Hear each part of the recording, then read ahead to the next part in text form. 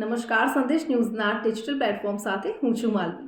તમે તમારી પ્રોપર્ટી વેચવાનું વિચારી રહ્યા છો તો 1 એપ્રિલ 2025 સુધી રાહ જુઓ. તમને સવાલ થાય કે કેમ? કારણ કે 1 એપ્રિલથી પ્રોપર્ટી વેચવા પર મોટો ફાયદો થશે. કયો ફાયદો?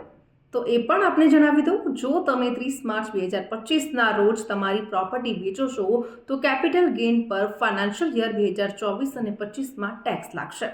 જો તમે તેને 1 એપ્રિલ 2025ના રોજ વેચશો તો ટેક્સ લાયબિલિટી નાણાકીય વર્ષ 2025 અને 26માં ટ્રાન્સફર કરવામાં આવશે. હવે આના બેનિફિટ વિશે વાત કરીએ તો મેઇન બેનિફિટ એ છે કે કેપિટલ ગેઇન ટેક્સમાંથી તમને મુક્તિ મળશે. 1 એપ્રિલ પછી પ્રોપર્ટી વેચો છો તો કેપિટલ ગેઇન પર આગામી ફાઇનાન્શિયલ યરમાં ટેક્સ લાગશે, જે તમને તમારા ટેક્સ સેવિંગ ઇન્વેસ્ટમેન્ટની યોજના માટે આખું વર્ષ આપશે. હવે આને તમને ઉદાહરણ આપીને સમજાવું. ફોર એક્ઝામ્પલ, જો તમે તમારી પ્રોપર્ટી 30 માર્ચ 2025ના રોજ વેચો છો તો કેપિટલ ગેઇન પર ફાઇનાન્શિયલ યર 2024 અને 25માં ટેક્સ લાગશે. જો તમે તેને 1 એપ્રિલે વેચો છો તો ટેક્સ લાયબિલિટી નાણાકીય વર્ષ 2025 અને 26માં ટ્રાન્સફર કરવામાં આવશે.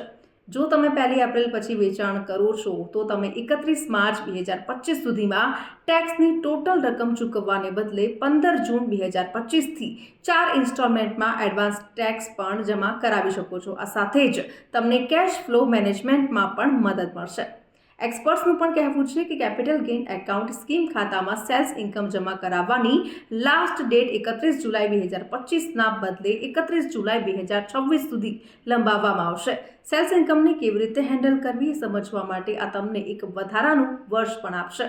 ટેક્સ પ્લાનિંગમાં ઉતાવળ કરવાને બદલે તમારી પાસે યોગ્ય ટેક્સ પ્લાનિંગ કરવા માટે એક વર્ષ છે. જ્યારે તમે પ્રોપર્ટી વેચો છો અને પ્રોપર્ટીના વેચાણના પરિણામે મહત્વપૂર્ણ ટેક્સ લાયબિલિટીઝ ઊભી થાય છે, ત્યારે તમારે એડવાન્સ ટેક્સ ચૂકવવો પડશે. તો પ્રોપર્ટી વેચવાનું વિચારી રહ્યા છો તો 1 એપ્રિલ 2025 સુધી રાહ જરૂર જોજો. આવા જ ઇન્ફોર્મેટિવ વિડીયોઝ જોવા માટે સંદેશ ન્યૂઝના ડિજિટલ પ્લેટફોર્મ સાથે જોડાયેલા રહો.